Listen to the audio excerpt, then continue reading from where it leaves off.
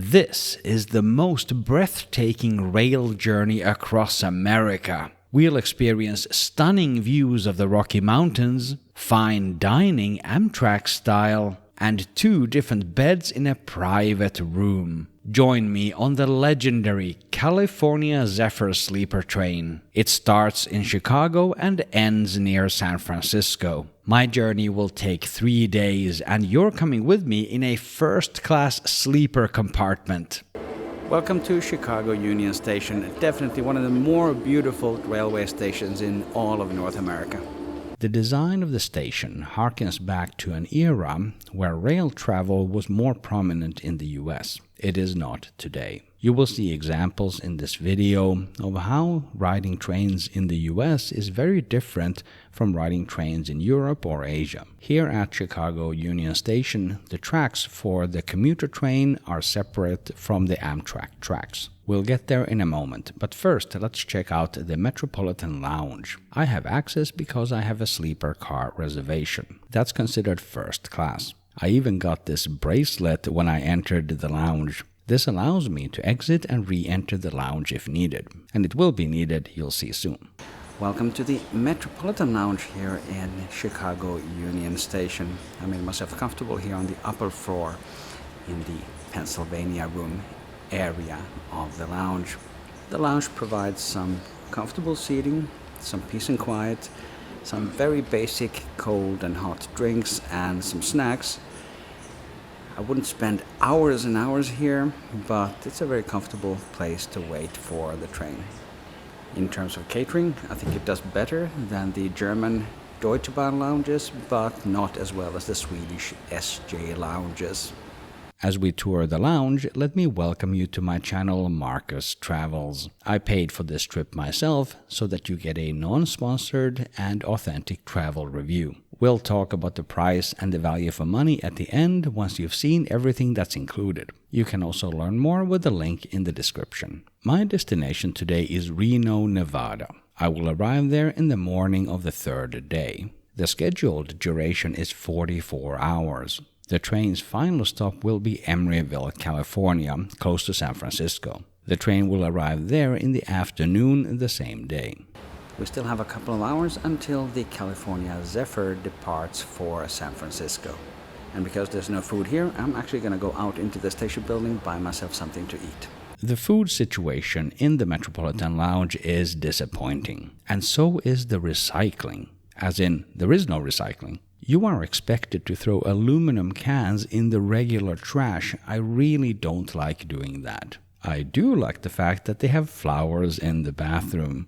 I'm happy that they have that decent food court here in the station building. You just have to go up the escalators to find a good selection of fast food joints. It's about 12:45. The train is at 2, but I understand that already at 1:30 they're going to start the pre-boarding for sleeper cabin guests. I am incredibly jet lagged. I just arrived from Switzerland yesterday, so I picked the earliest possible dinner time. That's going to be at 5 p.m.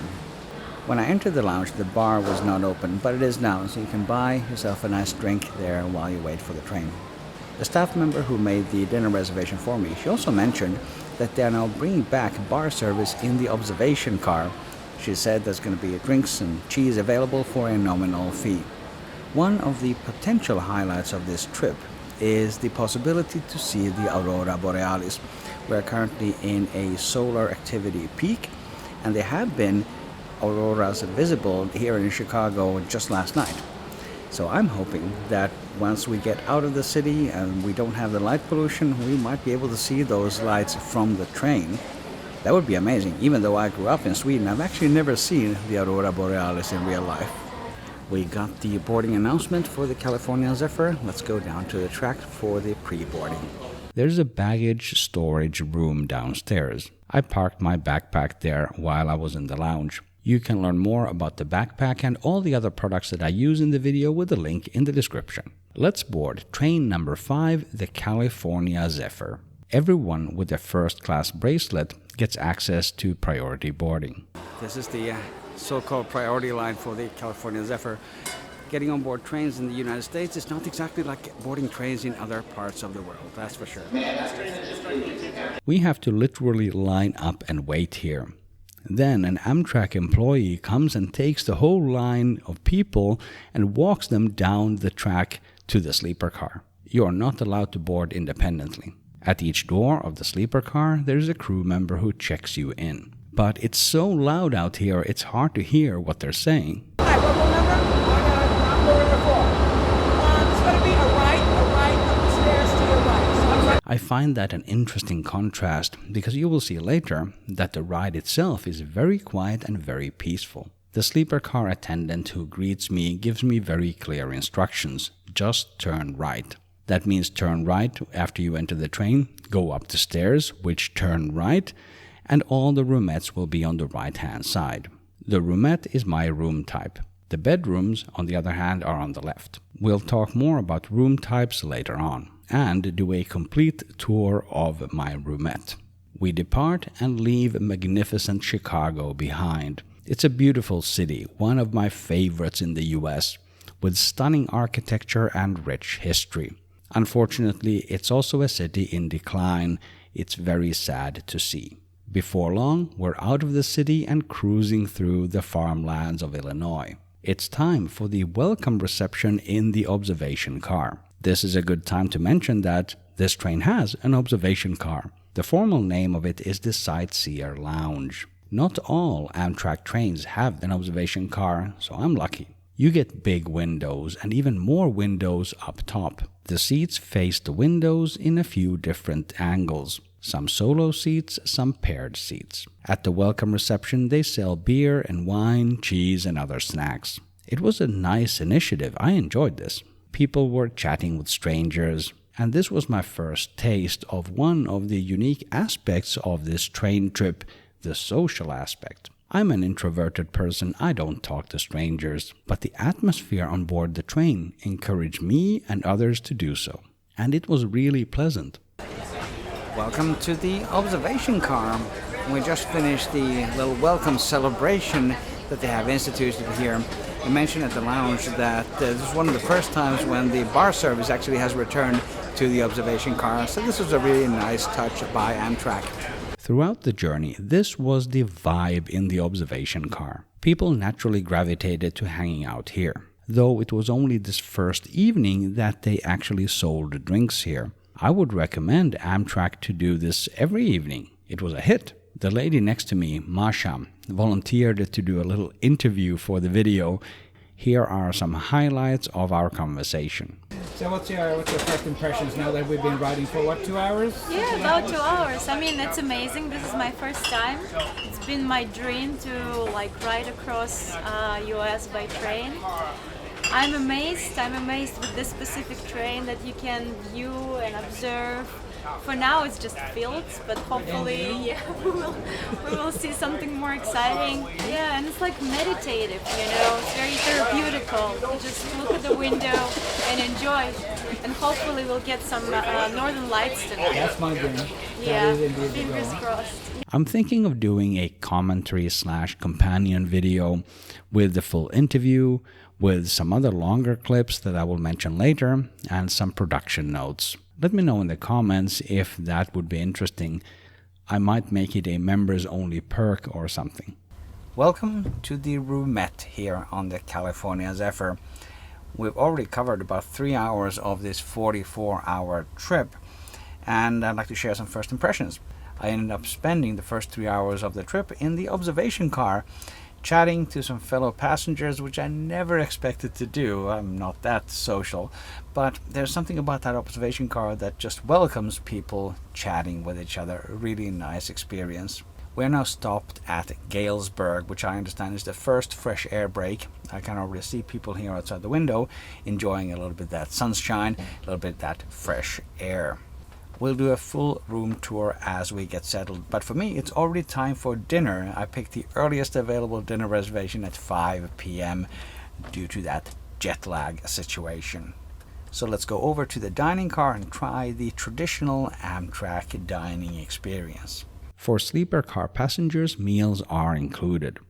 Breakfast, lunch, and dinner. And these meals are nice, as you'll see. Seating in the dining car is at tables of 4. Couples are seated side by side, not opposite each other, and the rest of the table is filled up on a first-come basis. For dinner, there are specific time slots that your attendant will book for you. You get a booking slip like this. For the breakfast and lunch, there are no reservations. Dinner is a 3-course affair. You get unlimited non-alcoholic drinks and 1 alcoholic drink per dinner if you want.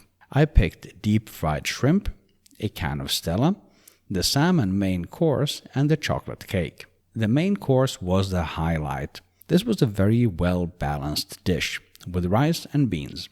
It felt healthy. The chocolate cake was delicious but far too big. I wasn't able to finish it. The shrimp I wouldn't order again.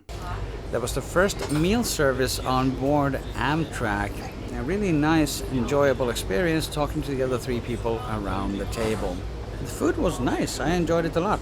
But there are a couple of things that could easily be improved in this service. One is to use real glasses instead of plastic cups. And the same thing goes for the plates. The plates were plastic instead of porcelain. They could easily just upgrade the flatware and the glassware to make this a more premium experience.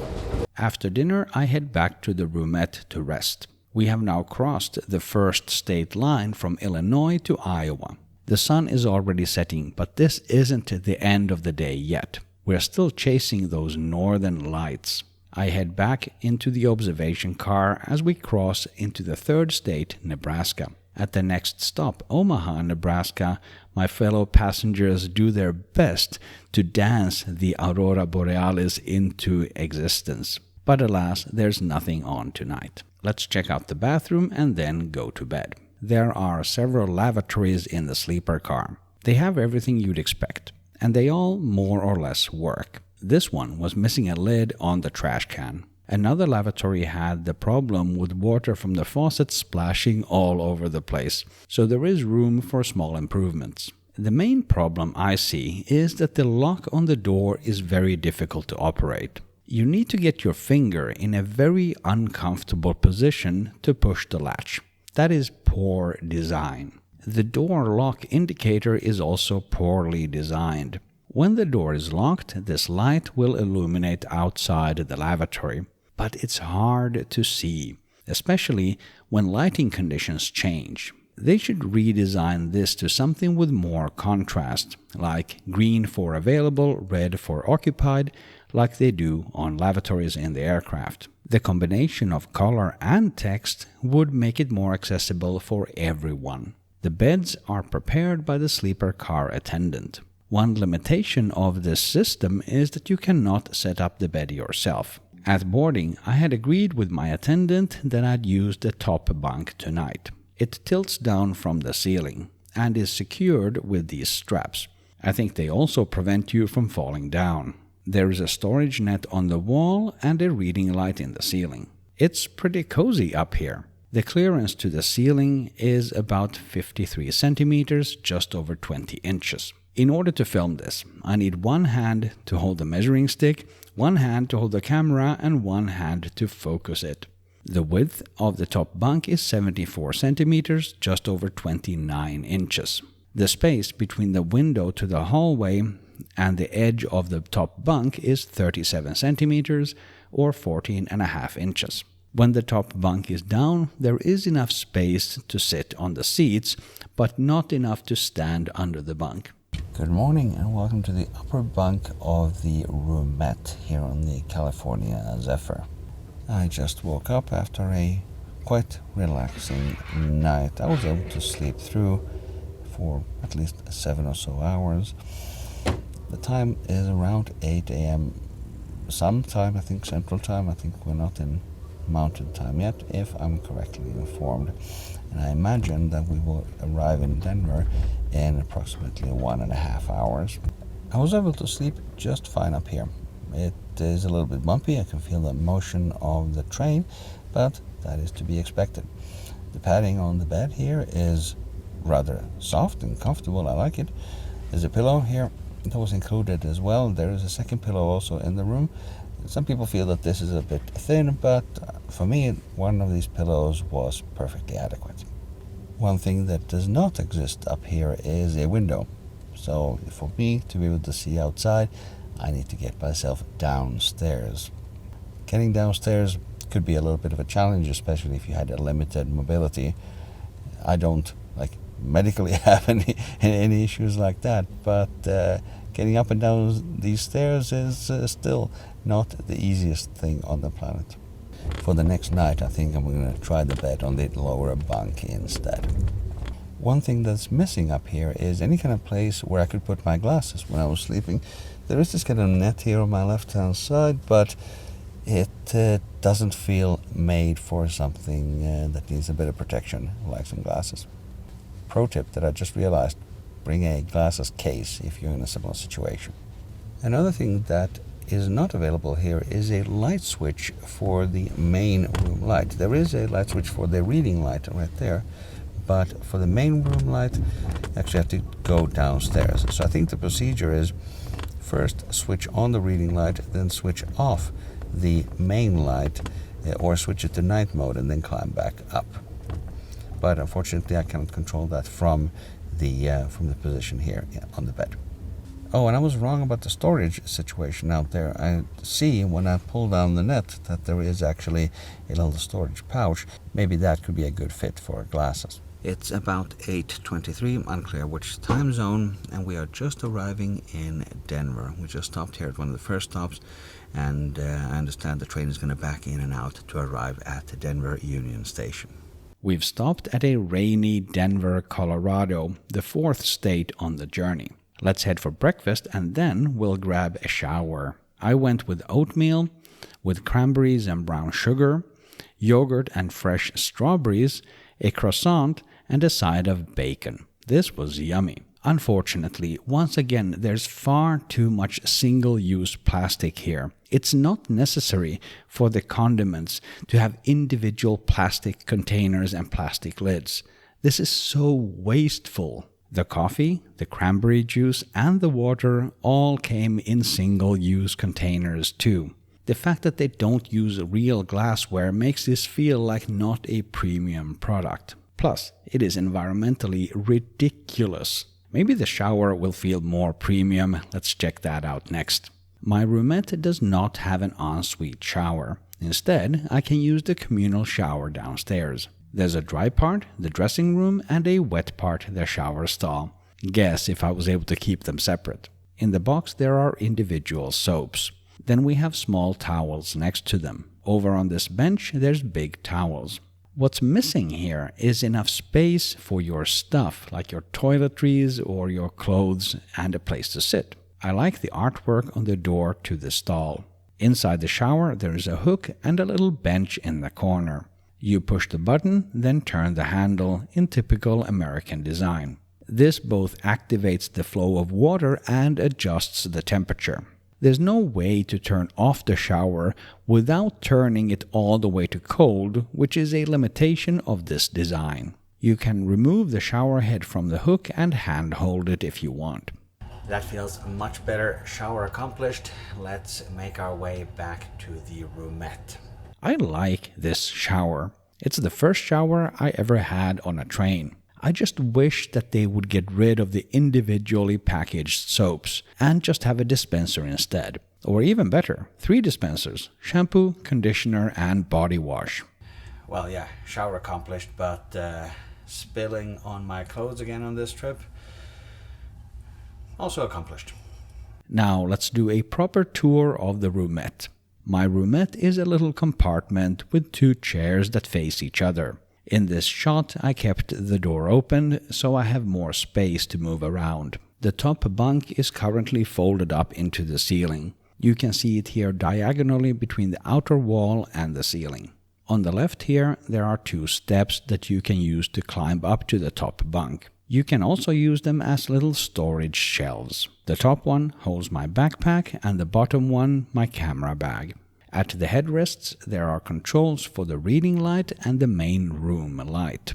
Here you also have the attendant call button. Those bottles of water are included in the room, and you can grab more from the vestibule at any time. The other seat has a reading light, the temperature control, and the only power outlet of the entire roomette.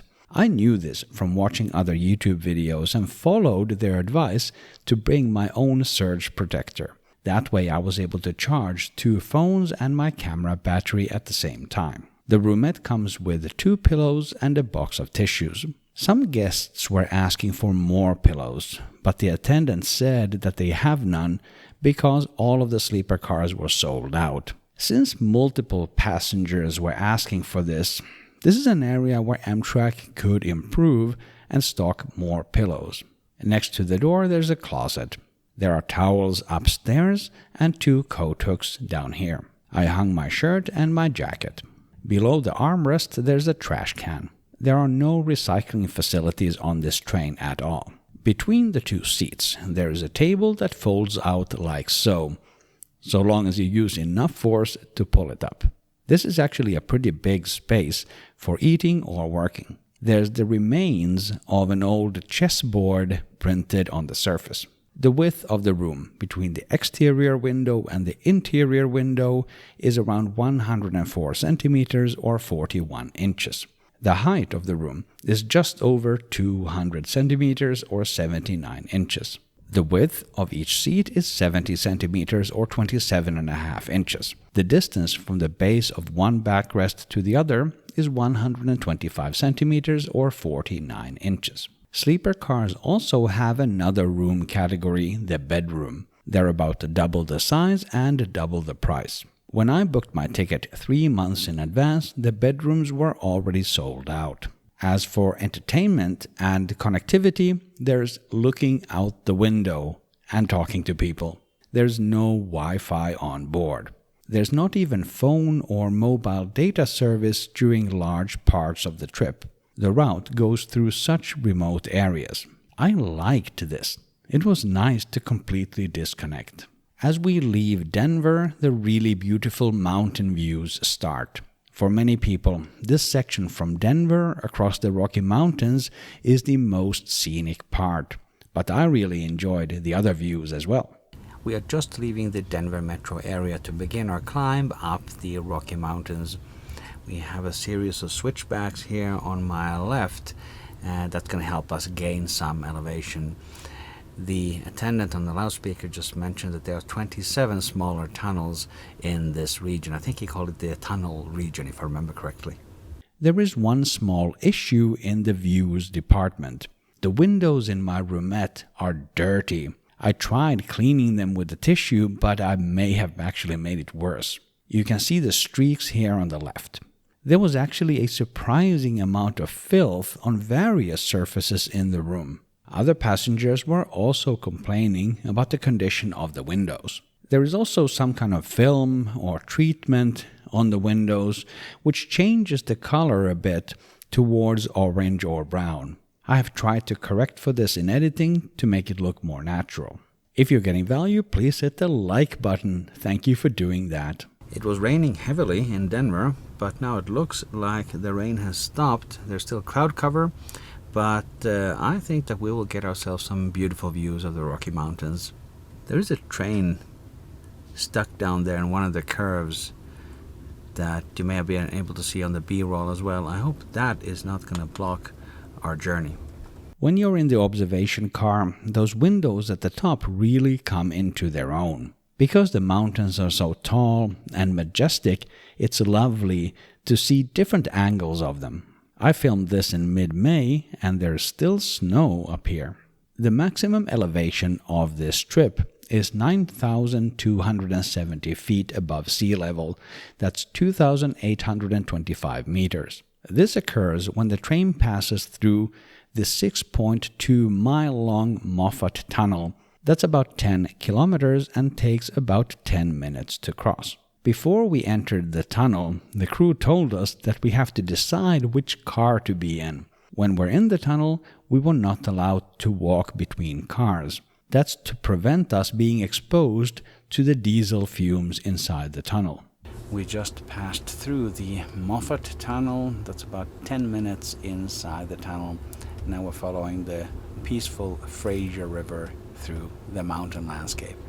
After the peak, we start our descent. For long stretches, we follow the Kållerado River. This has a special significance for me. I grew up in Sweden in a city called Gothenburg. There we have a great amusement park called Liseberg. In Liseberg there is a river rafting attraction called Kållerado. When I was a kid, I didn't know that it was a reference to a real-life place. I was so thrilled to see the river in person, and even more thrilled to see that they were actually doing whitewater rafting on it. This was nice. Many of the rafters and kayakers also had a treat for us. They call it the Kållerado Glute Salute. That's when they moon the train. It sure is a very peaceful way of traveling. We have the rugged mountains on my right, following the river. There's just trees and nature and no people anywhere. I'm guessing this is the essence of slow travel. Also, quite literally, I don't know what the speed here is, but I would estimate maybe, 30 miles an hour or something like that. Hey, it's what we do. Now it's time for the only lunch of this trip. I chose a bowl of chili with all the toppings.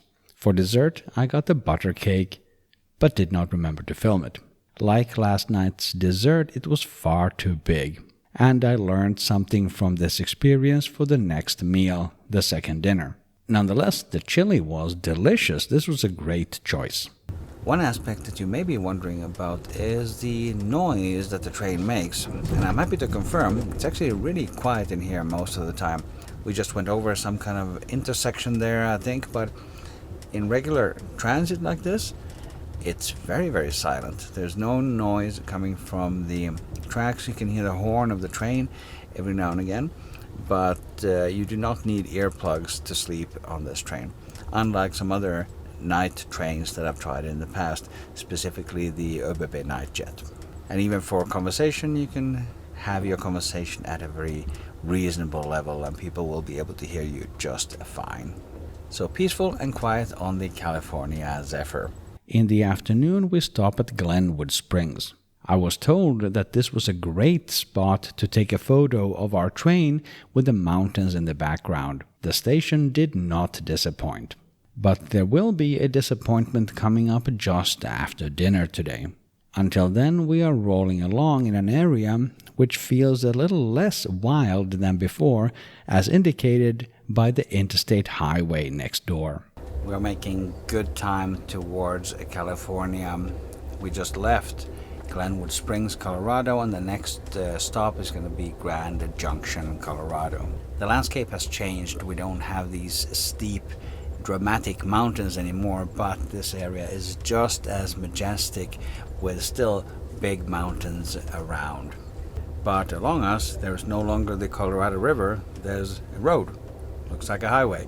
It's further away from that pure nature experience that we had up in the mountains. We have made a stop at Grand Junction, Colorado. Apparently a lot of people are going into the shop at the station building. Let's go and check that out. A perfect spot to grab an ice cream. Dinner is next. I picked a salad as a starter. This was a good choice. For my main course, I got the flat iron steak. They even ask you which level of doneness you want. I picked medium rare.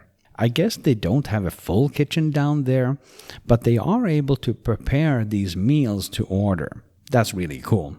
And the steak was delicious. As for the dessert, I skipped it. It's just too much food. The views out the window are dramatic as always. I just came back from the second dinner of this trip. It was a very delicious flat iron steak. But the dinner ended with a little bit of a sour note because we are currently stuck somewhere in the middle of the prairies here in, I think we're in Colorado at the moment.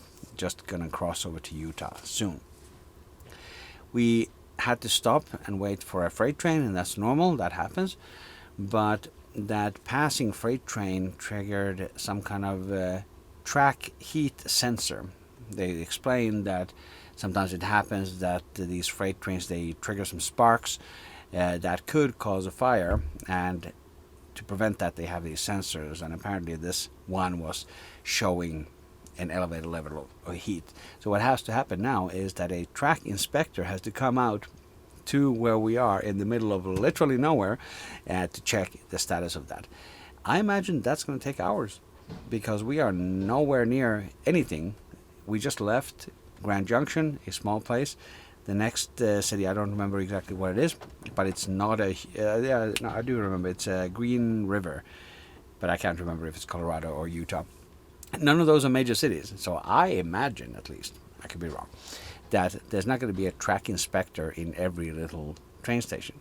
So they have to probably come out from a bigger city, maybe Salt Lake City further up, maybe something further down. So there is no ETA on how long this stop is going to take, but it is expected when you're traveling Amtrak. These kinds of things happen.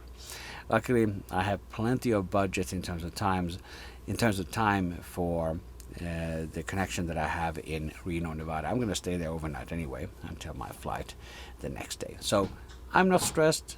This is just a normal Amtrak experience from what I understand. But it does make me think, what is the life of a track inspector? You know, there's a faulty sensor somewhere or an oversensitive sensor somewhere. They can't use technology for some reason. They have to have an actual human coming out, either driving out, taking the train out, or I don't know, flying out to check that there's no fires. But we can see from the window there's no fire. There's brush, there's prairie outside, but there's obviously no fire. Anyway, this is just a part of the experience. The jet lag is really getting the best of me. It's only 8 p.m., but I am ready for bed. I asked the attendant to set up my bed in the lower bunk configuration. Let's see how that compares to the upper bunk that I tried last night. One difference I did notice already, and that is that I had to remove my backpack from the roomette because there is literally no space for it, and I had to put it down in the luggage rack downstairs instead. No, actually, that's not correct. I needed to remove the backpack in order for there to be enough space for her to set up the bed, but I could have actually brought it back because there is this shelf space right here that I have used in the past. That is still available in this configuration. I stand corrected. Regardless, time for bed. Hopefully, there's going to be some northern lights that I might be able to see when I wake up randomly at 2 or 3 a.m. The usable width of the lower bed is around 65 centimeters or 25.5 inches. The length is just above the maximum length of my measuring stick, which is 200 centimeters or 79 inches. Still hoping for those northern lights, we didn't get any on the second night either. Overall, I found the quality of the pillow, the blanket, and the mattress pad really good. I don't know about thread counts and things, but I had a really good sleep here. During the night, we traveled through the 5th state of the trip, Utah. By the time I wake up, we're already in state number 6, Nevada. Good morning and welcome to Nevada. It's almost 7:30 a.m. Pacific. I've actually been awake since 6 o'clock already. I refuse to get up for 2 reasons. 1, this bed is very comfortable. 2, I have a bit of a headache, so I would prefer to lie down for the rest of the trip over to Reno. The estimated arrival there will be sometime before 11 a.m. Because of that track temperature incident last night, we are facing a delay. According to the Amtrak website, it was 2 hours and 40 minutes as of last night. Let's see if we have managed to improve that somewhat during the night. As I did move my backpack down to the luggage storage, let's have a quick look at that too. On the way down, I see that the coffee has been prepared. You can pick up a cup here in the sleeper car every morning until 11 a.m. In addition to bringing aboard a carry-on like this, you can also check your luggage to your final destination. I think they go into a different car. For some reason, I chose to keep my backpack in my room for most of the trip. I would have been more comfortable if I had known about this luggage rack sooner. And now that I think of it, the sleeper car attendant actually did tell me about it, I just wasn't paying attention. We are making our way through the Nevada desert over towards Reno.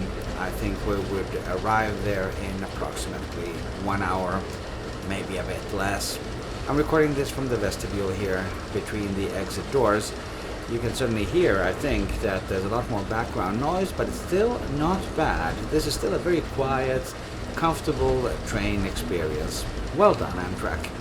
For the second breakfast and my final meal on this train, I picked the omelet. Once again, it's made to order and I was able to choose my toppings. If you're traveling in the coach cars instead of the sleeper cars, meals are not included.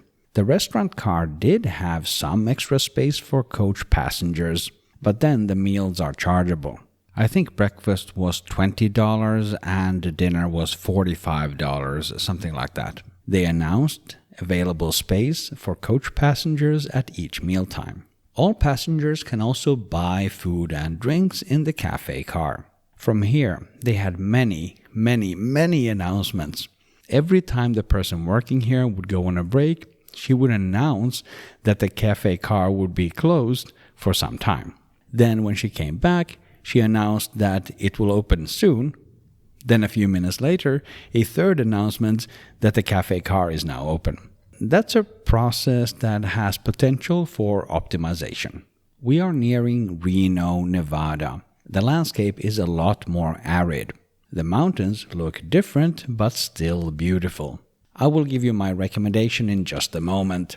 If you got massive value from this video, there's many ways that you can support my channel, Markus Travels. For example, you can buy me a coffee with a link in the description or a super thanks right here on YouTube. This is the longest video I've done so far and every kind of support is highly appreciated.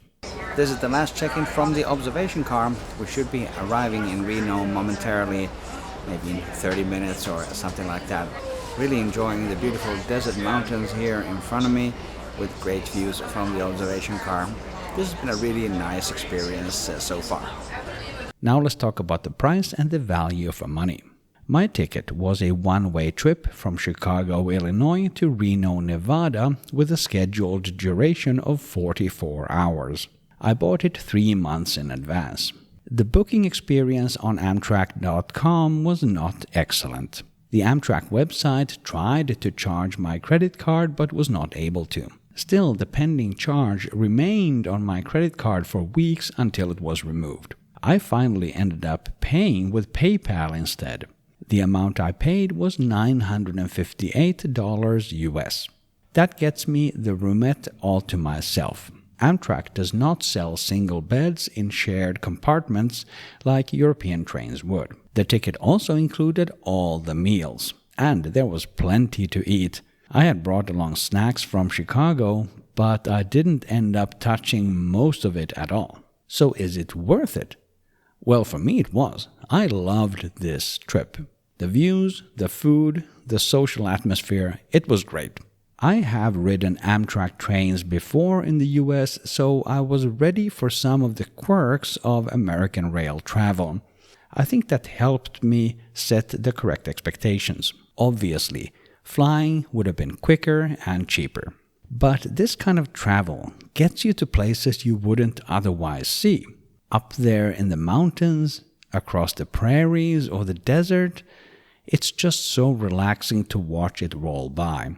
And I would have never gone to Reno, Nevada if it wasn't for this trip.